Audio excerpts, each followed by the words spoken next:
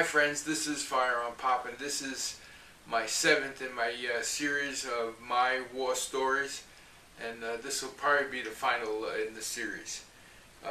So when we left off last, we just got relieved from the firing line in Vietnam, and we were heading home, setting course for home. And one of the things I thought I'd do today is review the ports that we did hit during this whole trip. I didn't talk on all of them, I know, but anyway, of course, Norfolk, Virginia, that was our home base. We were in Panama, San Diego, California, Pearl Harbor, Hawaii, Midway Island, Kaohsiung, Taiwan, Sasebo, Japan, Guam, Subic Bay, Philippines, numerous times, and Hong Kong. Now, that's quite a extensive list of ports of call for this little Brooklyn boy who really never left Brooklyn. So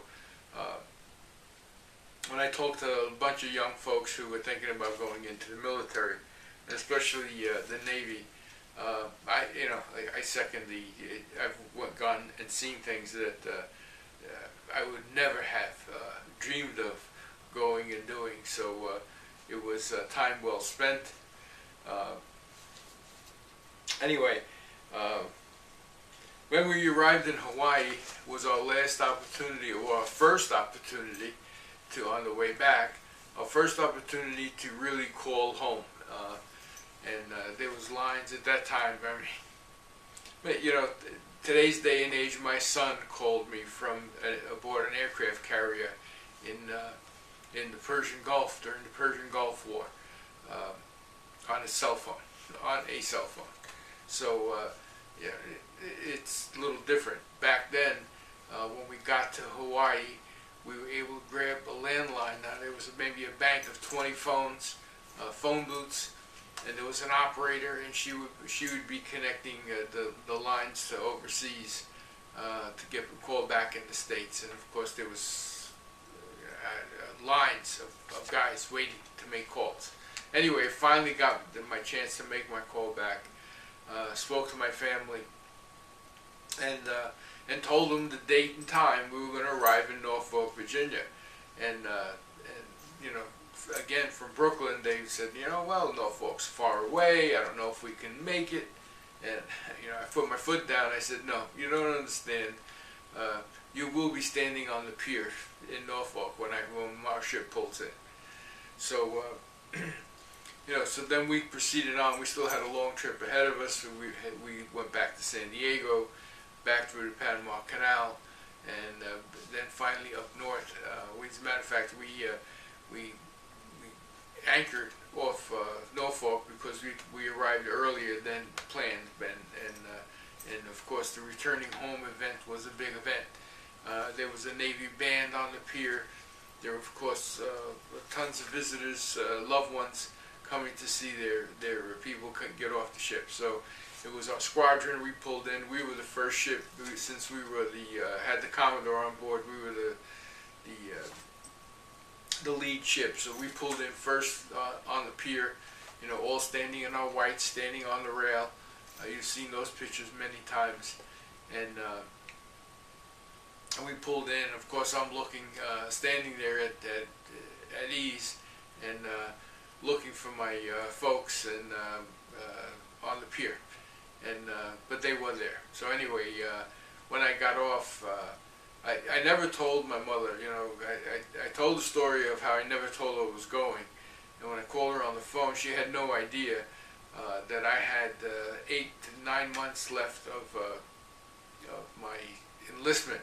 Okay, and what had happened on the way over from Vietnam, we had gotten a bulletin saying that everybody that met this criteria, that was, went out and served in a war zone, and enrolled or got active duty from this period to this period, was going to be let go the day we arrived in Norfolk. So the day arriving in Norfolk was my last day of active duty. Which was great. So I grabbed my personal belongings, went off the ship, and my parents were there, and my mother and my stepfather, really, and I told them, this was a good day because I was done with active duty in the Navy, and of course that brought on a lot of tears and a lot of relief on their part. So we headed back. We got in the car and drove back to New York. Uneventful trip, but awaiting for me when we got back was a big dinner with family, and this is my my favorite little story.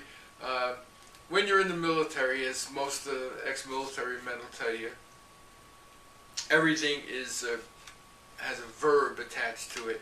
It's a four-letter verb, starts with an F, and it's the freaking papers, and it's the freaking this, and it's the freaking that. That's just the way it was, especially back then. We all spoke that way. You couldn't avoid it. Okay, not that I was a prude or anything at the time, but and even in growing up in Brooklyn, we had two vocabularies. There was a street vocabulary, and then there was a house vocabulary. There were certain things you just didn't say in the house, and especially in front of your parents, any kind of foul language whatsoever. So anyway, so we get home and we have this big dinner, and I'm sitting there and I'm telling my war stories, and everybody's happy to see. Okay, so everyone was gathered around the table, and right in the middle of having this fantastic meal, first home-cooked meal in a long time, I just picked up and said, pass the effing salt. And at that point I just froze. and everybody just kind of eyes went towards me like, where did you get that from? But that was my homecoming, and the great thing I did for my family. Anyway, after I returned home, I had to return to reserve meetings. Went to one meeting, and this buddy and I got there, and we decided that after roll call, we went and hung out someplace. We didn't attend any of the meetings or anything that they were supposed to do. They never even looked for us or bothered with us. So at that point, I said, you know what? Until somebody says something, I'm not even coming back to this. So I was supposed to do another 3 years of reserve meetings, and never went back to any of them. Found out later that once you've served in a war zone, there was no need to attend reserve meetings anymore. So I finished my enlistment and got my my discharge papers in the mail with my honorable discharge. So let's recap everything. I made a list of lessons learned through this whole ordeal. Okay, so I guess looking back at even the beginning chapters, it's the first one is don't let bullies run your life. I think that was an important lesson that I learned there. I've taught that to my sons. Don't trust cab drivers. Another important lesson, that if you want to hang on to things, not everything in a dress is attractive. Learn that overseas. You can negotiate with superior officers. Learn that very well. Beware of salty bread. Don't eat raisin bread. Grown men do cry. And last but not least, there are no atheists in foxholes.